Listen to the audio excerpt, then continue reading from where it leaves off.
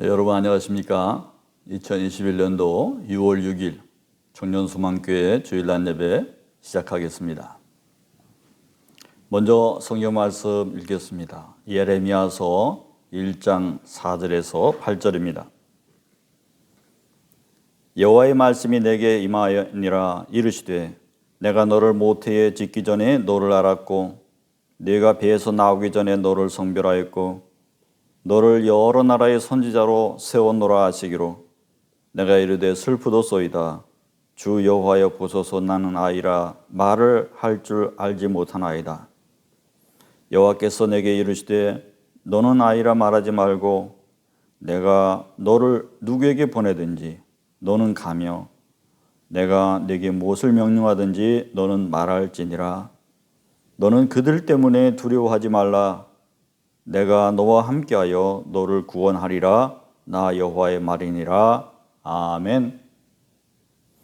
네, 너를 구하리라 라고 하는 제목으로 말씀을 증거하겠습니다. 오늘 본문에서 예레미야가 선지자라 하나님의 부름을 받는 그러한 장면이 그려지고 있습니다. 현대인의 성경에 보니까 이렇게 되어 있습니다. 여호와께서 내게 이렇게 말씀하셨다. 내가 모태에서 내 형태를 만들기 전에 너를 알았고 내가 태어나기도 전에 너를 구별하여 온 세상의 선지자로 세웠다. 본문은 여호와께서 말씀하신 것으로 되어 있습니다. 그런데 사실 언어에 보면 하나님이 아니고 하나님의 말씀, The word of the Lord, 하나님의 말씀이 임재하셨다라고 말씀하고 있습니다. 여러분 휴대폰에서 아버지한테 문자가 왔을 때 여러분 아버지다 이렇게 하지 아버지 문자다 이렇게 잘 하지 않지 않습니까? 그 문자를 보고 아버지의 인격을 대하면서 읽게 되는 것이 바로 우리의 습성이죠.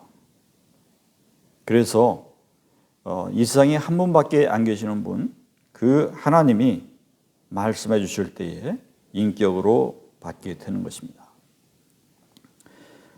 우리가 먼저 알아야 될 것은 이 예레미야처럼 하나님은 우리와도 함께 하실 수 있고 우리에게 말씀하실 수 있는 분, 우리와 대할 수 있는 살아계신 인격이시라고 하는 사실입니다. 그런데 그분의 말씀은 어디서 들어봤습니까? 요한복음에서 나와 있습니다. 태초에 말씀이 계시니라. 이 말씀이 하나님과 함께 계셨으니 이 말씀은 곧 하나님이 신이라. 그가 태초에 하나님과 함께 계셨고 만물이 그로 말미암아 지은 바 되었으니 지은 것이 하나도 그가 없이 된 것은 없느니라. 아멘. 믿으십니까? 태초의 근본이 말씀이라 하면 인격이라는 말씀입니다. 사람이 말을 하기 때문이죠. 히랍에서 유수철학도 그 근본은 물이다, 아니다, 불이다, 이렇게 원소다 얘기를 하지만 이 말씀이라는 얘기는 아마 처음 들었을 겁니다. 동양철학에서도 오랫동안 이기이원론, 이기이론론 얘기하면서 그 기원 논쟁을 하지만 그것이 인격을 얘기하는 것은 아니었습니다. 원리가 먼저냐, 아니면 필요가 먼저냐, 이런 걸 얘기하는 것이기 때문에 전혀 다릅니다. 그래서 이렇게 하나님은 인격이시다 이렇게 말씀한 것은 혁신적이고 우리에게 있어서 너무나도 특별한 그러한 말씀인 것입니다. 예수님께서 우리에게 이렇게 다가오셔서 인격으로 우리를 만나 주신 것입니다. 이러한 하나님의 말씀이 우리와 같은 보잘것없는 인간, 한 인간 예레미야에게 전달되었습니다. 여호와의 말씀이 내게 임하니라. 이르시되 내가 너를 모태에 짓기 전에 너를 알았고 내가 배에서 나오기 전에 너를 성별하였고 너를 여러 나라의 선지자로 세웠느니라. 여기서 우리가 두 가지 사실을 알 수 있습니다. 첫째는 우주의 근본은 인격이시다라고 하는 것. 두 번째는 보이는 것보다 보이지 않는 것이 먼저다라고 하는 사실입니다. 우리의 뇌가 이 해박제일만 있는 것이 아니고 그 정신세계가 진짜 인격이고 그것이 구현하고 우리 육체로서의 인견보다 더 위대하다고 하는 사실을 우리가 알 수 있습니다. 우리는 이 시대에 출생 전에 이미 태아 감별을 할 수 있고 또 유전자 검사를 통해서 몇십 년 후에 우리가 암이나 당뇨병이 발생할 것도 예측할 수 있습니다. 우리가 보이지는 않지만 예측할 수 있다라고 하는 것이죠. 보이는 것은 현재지만 보이지 않는 것은 미래라고 할 수 있습니다. 하나님은 이 모든 것을 다 아실 수 있다는 것입니다. 그러므로 모태에서 생기기 전부터 당연히 하나님께서는 아시는 것이죠. 사도 바울은 말합니다. 우리가 주목하는 것은 보이는 것이 아니요 보이지 아니하는 것이니 보이는 것은 잠깐이요 보이지 않는 것은 영원함이니라. 그래서 보이는 겉사람을 보시지 않고 보이지 않는 속사람을 보시는 하나님께 감사하라. 그렇게 말씀하고 있습니다. 여러분도 나를 제대로 알아주시는 그 하나님께 감사할 수 있는 여러분들 되시기 바랍니다. 여러분보다 여러분을 훤히 아시는 그분을 여러분이 만나게 될 때 어떠한 일이 생길 것 같습니까? 첫째는 자신을 숨길 수 없다는 그 사실 때문에 놀랄 것이고 두려울 것입니다. 두 번째는 나보다 더 정확하게 나를 보시는 분을 만났기 때문에 무조건 듣고 순종하고 존경할 수밖에 없을 것입니다. 예레미야는 지금 그러한 순간을 맞게 되면서 두려움과 혼란의 그런 감정 속에 휩싸였습니다. 그분이 말씀하시기를 오래전에 성별하였을 뿐 아니라 선지자로 세웠다 이렇게 말씀하셨어요. 우리 인생 여러분들이 목적을 두고 가는 것 같지만 하나님께서 목적을 두고 이끄실 수 있습니다. 할렐루야. 여러분은 어떻게 가야 될지 몰라도 그분은 분명한 계획을 가지고 계실 수도 있습니다. 그러므로 여러분은 하나님께 기도할 수 있기를 바랍니다. 두 번째, 예레미야는 슬프도소이다 나는 아이라 말할 줄 모릅니다. 그렇게 대답했습니다. 말씀의 임재 앞에서 사실 이러한 겸손이 나올 수밖에 없는 것이죠. 여러분 하나님 앞에 무례하면 되겠습니까? 겸손해야죠. 나는 아무것도 모르니 아이와 같은 나를 가르치시고 말씀해 주시면 무조건 머릿속에 담아두겠습니다. 이렇게 그러한 마음가짐으로 기도해야 맞습니다. 내가 진짜인지 판단하겠으니 나에게 있어서 기적을 행해보라. 이런 식으로 말하는 것은 로마 병정들이 예수님의 옆구리를 창으로 찔르며 했던 말이에요. 또 하나님께서는 너는 두려워하지 말라 하셨습니다. 우리의 두려움의 근원이 어디서 옵니까? 다른 사람에게서 옵니다. 모세가 만날 사람들 때문에 두려워한 것이죠. 여기 예레미야 역시 앞으로 만나게 될 수많은 사람들을 두려워하고 있었어요. 그것을 다 하시고 따라서 하십시다. 그들 때문에 두려워하지 말라. 아멘입니까? 그러니까 그들 때문에 두려워하지 말라는 거예요. 나를 괴롭히고 있는 그들 때문에 두려워하지 말고 참아내라 그런 말입니다. 여러분 만군의 하나님을 믿는다고 하면서 왜 우리의 인내가 이렇게 짧은 것입니까? 길게 인내를 길게 가지시는 여러분들 다 되시길 축원합니다. 9절에 보라 내가 내 말을 내 입에 두었노라. 말씀을 자기가 지어내야 하는 것이 어렵습니다. 하지만 아예 말할 것을 숟가락에 입에 또 넣어 목에 넘겨주듯이 그렇게 해 주시겠다는 거예요. 얼마나 위로가 됩니까? 하나님은 이렇게 우리를 위로해 주시는 분이십니다. 여러분 인생을 왜 힘들게 살려고 합니까? 기도하시기 바랍니다. 그러면 주님의 위로를 받으실 수 있습니다. 아예 여러분으로 하여금 이렇게 벌어먹고 살아라. 너는 이런 직업을 가져라. 그렇게 해 주실 수도 있다는 말씀입니다. 그러니까 벌써부터 인생을 시작하기도 전에 걱정부터 하시는 여러분들 되지 않기를 바랍니다. 예레미야는 선지자니까 그것이 직업이니까 이렇게 쓸 말을 담아주리라. 이것이 얼마나 큰 위로가 되고 보탬이 되는 말씀이었는지를 우리가 상상할 수 있습니다. 그렇게 구체적으로 도우실 하나님을 믿고 용기를 내고 힘있게 두려움 없이 살아가시는 여러분들 다 되시기를 축원합니다. 8절에 너와 함께하여 너를 구원하리라. 아멘. 여기서 함께 하신다고 하는 것이 일단 엄청난 일입니다. 그런데 더 엄청난 것은 구원하리라. 그런 말씀입니다. 19절에 보니까 그들이 너를 치나 너는 너를 이기지 못하리니 이는 내가 너와 함께하며 너를 구원할 것임이라. 아멘.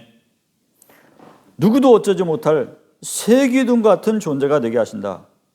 비유를 써서 말씀해 주셨습니다. 할렐루야. 그러니까 예레미야는 두려워할 일이 없겠죠. 하나님이 주인으로서 아버지로서 섬기는 여러분을 도와주신다고 했으니까 여러분 자신감을 가지시기 바랍니다. 아무도 여러분을 이기지 못할 것입니다. 하나님의 축복을 받은 예레미야와 그렇게 함께 하시고 같이 하신 하나님께서 보증해 주셨기 때문입니다. 그에게 있어서 구원은 무엇입니까? I am with you to deliver you. 바로 무엇으로부터 건진다. 그런 말이죠. 첫째는 심지의 나약함으로부터 구원하셨습니다. 둘째는 이스라엘에 약속하셨던 회복에 대해서 확실한 약속을 해 주셨습니다. 여러분 우선 나약함 심지부터 구원하시기 바랍니다. 여러분 하나님의 약속의 말씀을 굳게 붙잡고 있습니까? 그 믿음 위에 큰 일도 더 할 수가 있는 것입니다. 먼저 심지를 굳게 붙잡으시기를 바랍니다. 예레미야는 이스라엘이 전으로 갈 때 활동했던 선지자입니다. 참 어려울 때에 주님께서 이런 말씀으로 붙잡아 주셨어요. 곧 바벨론 침탈이 있을 것이라고 하는 그 예언이 그의 활동의 임무였습니다. 온갖 박해 속에서도 주님의 뜻을 관철시키기 위해서 정부에다가 노력을 했고 또 하나님의 명령에 따라서 다른 소유지를 다 돈 주고 사서 은을 주고 사도록 해서 그 문서를 토기에 담아서 땅에 오랫동안 보관하도록 했습니다. 그 뒤에 갈대아 사람들이 그 땅을 지배하고 차지하고 있을 때에 다시 포로에서 돌아와서 그들을 쫓아낼 수 있는 무기가 바로 땅 문서가 될 수 있다는 것을 미리 하나님의 말씀에서 알고 그렇게 실행에 옮겼던 것입니다. 또 33장에 말씀하십니다. 이 일을 행하시는 여호와 그것을 만들며 성취하시는 여호와 그 이름을 여호와라 하는 이가 이같이 이르시도다. 너는 내게 부르짖으라 내가 내게 응답하겠고 내가 알지 못하는 크고 비밀한 일을 내게 보이리라. 아멘. 여러분이 믿으셔야 하는 하나님은 전능하신 하나님이십니다. 그런데 만능과 혼동하면 안 되겠습니다. 이 만능은 이렇게도 하고 저렇게도 하고 마음대로 하는 것을 뜻하죠. 그러나 전능은 그렇지 않습니다. 하나님의 속성을 표현하는 특별한 표현입니다. 하나님이 못하는 것도 있으십니까? 네, 있습니다. 첫 번째는 부인입니다. 하나님은 자신을 부인하지 않으십니다. 두 번째는 거짓말입니다. 하나님은 거짓말을 못하십니다. 세 번째는 악에게 시험받지 않으십니다. 하나님께서는 악을 볼 때에 빛이시기 때문에 당연히 악은 보이지 않습니다. 어둠이 물러나듯 사라지는 것입니다. 그러니까 대적은커녕 주님 앞에 설 수도 없는 존재가 바로 어둠인 것입니다. 우리가 악에 빠지고 죄를 짓는 것은 압니다. 그것은 어거스틴의 말대로 우리가 어둠을 사랑하고 우리가 주로부터 멀어짐을 즐기는 것일 뿐 실제로 주님께로 가면 이것은 아무것도 아닌 것입니다. 네 번째, 그분의 기본 속성에 대해서는 이리 바꿨다 저리 바꿨다 하지 않으신다는 사실입니다. 우리의 하나님은 그러니까 한쪽 방향으로의 전능이시죠. 선으로서의 전능이신 것입니다. 우리가 만약 선과 양쪽 방향의 만능, 전능 이런 것을 오해하고 생각하게 되면 그것은 그냥 자연재해일 뿐입니다. 인격이 아닌 것입니다. 이렇게 우리 하나님이 인격이시고 이렇게 우리에게 선이시기 때문에 우리는 그분께 기도할 수 있고 두려워하지 않을 수 있고 의지할 수가 있습니다. 할렐루야. 우리는 마치 태평양을 횡단하고 있는 어떤 비행기와도 같다고 생각합니다. 엔진 4개를 달고 막 인생이라고 하는 이 고난을 이제 헤치면서 끝까지 목적지를 향해 나아가고 있는 것이죠. 근데 처음에 뜨자마자 엔진이 고장 나버립니다. 그리고 1시간도 안 돼가지고 다른 하나가 고장 나고 이런 식으로 끝까지 가지 못하고 비틀거리면서 엔진 하나만 마지막에 달고 가는 비행기와도 같습니다. 처음에 엔진이 무엇인가 걸려서 그게 꺼져 버렸어요. 그럴 때에 여러분은 어떻게 하시겠습니까? 우리의 삶이라고 하는 것이 끝까지 우리의 몸으로 우리의 정신 가지고 그대로 가는 것이 힘듭니다. 그래서 얼마 안 가서 우리가 생각하기를 자꾸 싫어하고 그리고 치매에도 걸리고 급기야 이제 인생이 5분밖에 남지 않은 그런 위기의 상황도 맞이할 수 있게 되는 것입니다. 치매에 걸리게 되면 5분 전에 한 일 자기가 기억을 못 하거든요. 그래서 목적지까지도 가지 못하고 아무 데서나 추락하는 그런 비행기가 될 수도 있습니다. 그럴 때에 기관사가 방송을 하지 않으니까 이제 비행기 꺼진지도 모르고 엔진이 하나 꺼진지도 모르고 그냥 물수건 머리에 얹고 자기가 여행 가기나 된 것처럼 자기가 주인이면서 이렇게 누워 잠을 청하고 있을 수 있습니까? 그럴 수 없겠죠. 비행기가 끝까지 고이 가지 못할 것이라는 것을 알고 염려할 수 있어야 되겠습니다. 비행기가 완전히 멈추기 전까지 여러분은 반드시 해야 될 것이 무엇이냐? 목적지를 결정해야 된다는 사실입니다. 여러분에게 있어서 근본 우주의 근본 원리가 무엇입니까? 물질입니까? 인격입니까? 여러분이 결정을 하십시오. 여러분의 정신이 쇠하해지기 전까지 여러분의 목적지를 우왕좌왕하지 말고 미리 여러분의 정신이 왕성할 때 목적지를 정할 수 있는 여러분 될 수 있기를 바랍니다. 그래서 애초부터 이렇게 자주 꺼져가는 그 엔진 속에서 그냥 우리가 놀러가는 관광객 마냥 앉아 있을 것이 아니라 태연해 하지 말고 하나님, 내가 인생을 어떻게 살아가야 됩니까? 내가 인생의 목적지가 어디입니까? 하나님, 지금 이 순간에 내가 무엇을 결정해야 됩니까?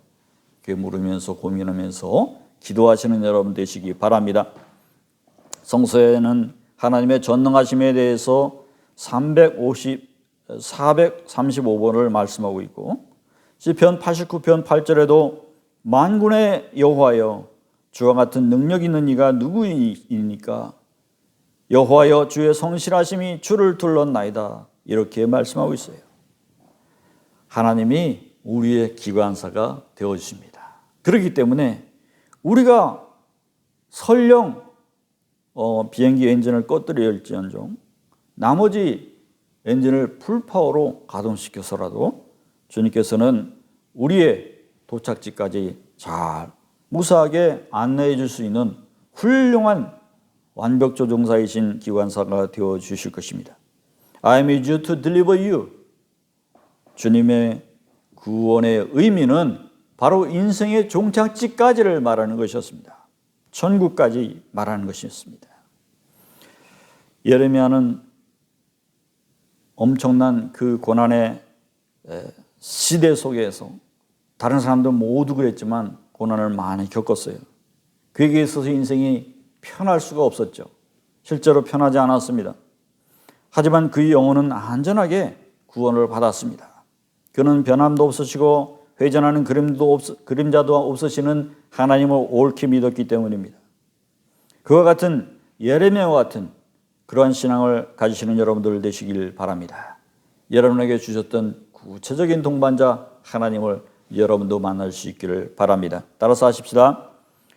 너희 안에서 행하시는 이는 하나님이시니 자기의 기쁘신 뜻을 위하여 너희에게 소원을 두고 행하시나니. 하나님께서 여러분을 겉사람은 낡아지나 속사람은 날로 새로워지도다. 하나님은 이렇게 사도 바울에게 이끄셨던 하나님, 여러분도 그와 같은 믿음을 가지신다면 하나님께서 끝까지 여러분을 옳게 온전하게 여러분을 구원시킬 수 있을 것입니다. 하나님이 예비하신 그 깊으신 뜻을 따라서 여러분의 인생 출발부터 하나님의 인도하심 따라서 그렇게 안전한 여행을 하실 수 있는 여러분 모두가 될 수 있기를 축원합니다. 기도합시다. 아버지 하나님, 예레미야에게 내가 너를 구원하리라, 내가 너와 함께하리라, 동반자가 되어주시고 구원자가 되신 아버지 하나님, 우리에게도 함께하시고 동반자가 되어주시고 구원자 되어주셔서 하나님 옳은 믿음 가지고 주여 두려움 없이 걱정 없이 주님 믿고 힘차게 세상을 향해 전진할 수 있는 저희 모두가 될 수 있도록 축복하여 주시옵소서. 하나님 우리에게 있어서 모든 길들을 의뢰할 때마다 하나님 우리에게 밝히 응답하여 주시오. 그 기도의 응답대로 살아가게 인도하여 주시옵소서. 이 모든 말씀 예수님의 이름으로 기도하였습니다. 아멘. 이제는 우리 주 예수 그리스도의 은혜와 아버지 하나님의 크신 사랑하심과 보호하여 주시고 동행하여 주시고 능력 주시고 주여 우리에게 능히 지도처럼 밝히 우리에 보여주시는 성령님의 감화 감동 주심이 인생을 앞으로도 창창히 살아가야 될 우리의 젊은 청년들, 청년 소망 교우들 위해 지금부터 영원히 함께하여 주시기만을 간절히 축원하옵나이다. 아멘.